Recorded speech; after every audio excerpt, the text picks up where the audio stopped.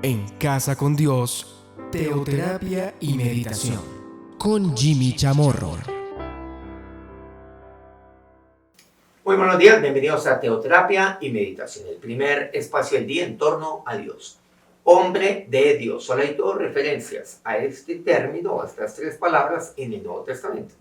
En la primera carta de Pablo a Timoteo y en la segunda carta al mismo Timoteo. Estamos, sin embargo, aquí, en esa primera carta, en 1 de Timoteo 6:11, cuando él le dice al joven discípulo, le dice, mas tú, oh hombre de Dios. Pero esta oportunidad vamos a ir al versículo 17 de ese mismo capítulo 6, entiéndase. Oh hombre de Dios, ¿qué es lo que le dice? Versículo 17. A los ricos de este siglo manda que no sean altivos. Te lo digo a ti, oh hombre de Dios. Ni pongan las esperanzas en las riquezas. Eso es lo que hace un hombre de Dios. Dicen las cuales son inciertas, sino en el Dios vivo que nos da todas las cosas en abundancia para que las disfrutemos. Entonces, aquí, ¿qué vemos? ¿Cuál es la esperanza de un hombre de Dios? Aquí vemos algo muy claro a lo largo de toda la palabra de Dios. El problema no tiene que ver con la riqueza. ¿El problema cuál es? El problema es la altivez, que muchas veces va de la mano de la obtención de riqueza. El problema es al amor al dinero. También vimos esto. Pero, ¿saben qué es grave? ¿Qué es lo más grave de todo esto? Es que se ponga la esperanza en las riquezas. Ese es el problema. Que yo ponga en ella, no, la riqueza me da cierto futuro, cierta esperanza. Dice, no, las cuales son inciertas. Sino que mi esperanza debe estar puesta totalmente en el Dios vivo. Algo muy importante que nosotros encontramos aquí, pues es un ejemplo. El ejemplo de Abraham. Abraham, en Génesis 13, en el versículo 1 dice, subió pues Abraham de Egipto hacia el Negev, él y su mujer con todo lo que tenía y con él Lot. Y Abraham era riquísimo en ganado, en plata y en oro. Versículo 5. También Lot, que andaba con Abraham, tenía ovejas, vacas y tiendas. Abraham era un hombre riquísimo, dice así la palabra de Dios. Pero su esperanza estaba puesta en las riquezas, pero claro que no. Eso lo llevó a ser altivo en lo más mínimo. Abraham era todo lo contrario, la altivez nunca lo acompañó. Abraham amaba las riquezas, por supuesto. Claro que es un rotundo no. Pero miremos qué pasa un poco más adelante. En Génesis 14 vemos algo. Su sobrino Lot, por cierto, bueno, esta es una historia más compleja de la que yo puedo resumirla aquí. Su sobrino Lot se había separado de él, se había ido por allá hacia Sodoma, se estableció en Sodoma. Sodoma cayó en manos de un poderoso rey y pues Abraham fue y lo rescató. Abraham derrotó cuatro reinos con un poco más de 300 de sus siervos. Dios le dio una victoria, bueno, impresionante. Y me dice la palabra de Dios que cuando él venía, claro, él rescató, por supuesto, a su sobrino, rescató también a todos los sodomitas y rescató todos los bienes que el rey Kedorlaomer, que era el que había tomado Sodoma, y otros pueblos, otras naciones, pues había tomado de Sodoma. Rescató absolutamente todo ello.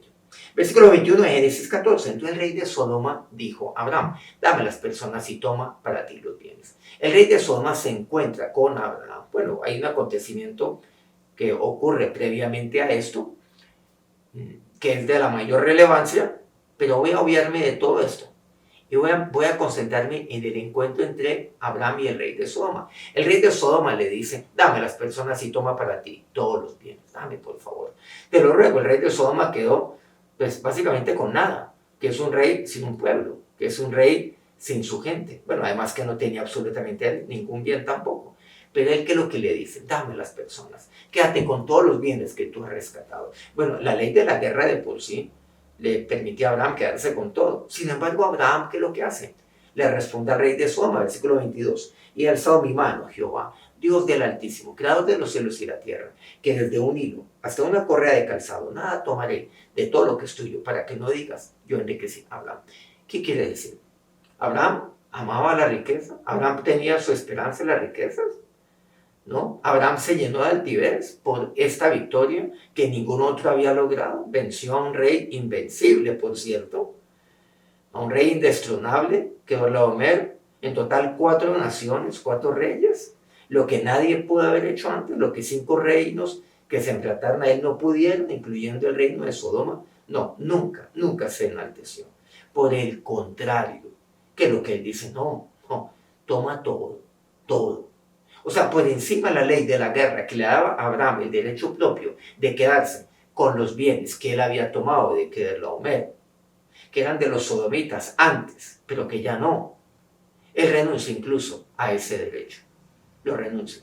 Le ruega a quédate. Y él dice, no es necesario que tú me ruegues nada de esto. Toma a tu pueblo, toma a todos tus bienes. A mí nadie me enriquece. Nadie. No. Él sabía que su provisión venía por parte de Dios. Entonces, un hombre de Dios como Abraham no puso su esperanza en las riquezas. No lo hizo. Y por eso, él, por encima de la ley de la guerra, estaba la ley de Dios.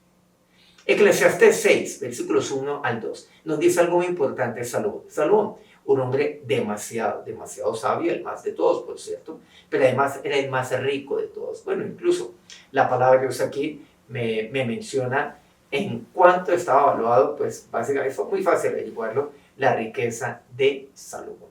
Pero miren lo que dice aquí, Eclesiastés 6, 1 al 2, expresa este varón, Salomón. Hay un mal que he visto debajo del cielo y muy común entre los hombres. Y eso, por cierto, es hoy también. El del hombre a quien Dios da riquezas y bienes y honra y nada le falta. De todo lo que su alma desea, pero Dios no le da la facultad de disfrutar de ello, sino que lo disfrutan los extraños. Esto es vanidad y mal doloroso. Vean qué importante aquí, lo que es el disfrutar. ¿Disfrutar de qué? De lo que Dios me da. Usted disfruta de lo que Dios le da, de lo poco, lo mediano, lo mucho que tiene. Lo importante es disfrutar, y eso me dice aquí la palabra de Dios. Pero eso solamente lo concede Dios, eso es lo que me dice. Y eso es lo que Salomón expresa de una manera tan clara, la facultad de disfrutar. Hay personas, yo he visto, con riquezas, bienes, honra, o sea, que tienen un buen nombre, nada le falta de lo que su alma desea, pero no tienen la facultad de disfrutar de ello. Y por lo tanto, otros lo disfrutan. ¿En quién está su esperanza? Dice algo muy claro. Si no, mi esperanza debe estar, le dice Pablo a Timoteo, al varón de Dios, en el Dios vivo. Bueno, un ejemplo muy claro es el caso de Job. Job lo dice claramente. Dice así, Job 1, versículo 3. Su hacienda era 7,000 ovejas, 3,000 camellos, 500 yuntas de bueyes, 500 asnas y muchísimos criados. Y era aquel varón más grande que todos los orientales. Ese era Job. Pero si alguien tenía un concepto claro de la riqueza, ese era Job. Y Job lo expresa en Job 31. Y de aquí tan solo quiero extraer 3 versículos de Job 31. Versículo 24. Dice, si puse en el oro mi esperanza y dije al oro mi confianza eres tú, si me alegré de que mis riquezas se multiplicasen y de que mi mano hallase mucho, versículo 28, esto también sería maldad juzgada, porque había negado a Dios, al Dios soberano. Job, ¿qué es lo que dice? Yo nunca puse en el oro mi esperanza. ¿Y quién lo dice? El hombre más rico del oriente, de toda esa época, de toda esa región. Yo nunca me puse en el oro mi esperanza. Nunca le dije al oro, mi confianza eres tú. Ni mi confianza era el oro, ni mi seguridad era la riqueza, ni era mi esperanza. Nunca. Y yo nunca me alegré de que mi riqueza se multiplicase. Él era un hombre con toda seguridad, muy sabio, muy entendido, muy limpio. Era temeroso de Dios, trabajador y claro, tenía riquezas. Y aquí están enunciadas, entre otras, las que menciona Job 1. Pero nunca me alegré de todo esto. No. Y de que mi mano hallase mucho. No, yo nunca hice esto. Porque eso sería negar al Dios soberano. Eso sería maldad, dice Job. Fuerte las palabras de Job. Job, no. Ahí no está mi esperanza. Abraham, no. Ahí no está mi esperanza.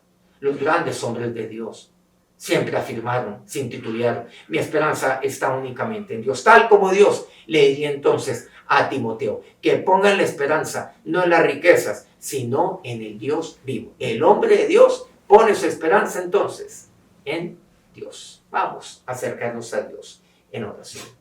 Ahora, Señor de Dios, te damos gracias en este momento. Gracias, oh Dios, Señor, por tu palabra para conmigo.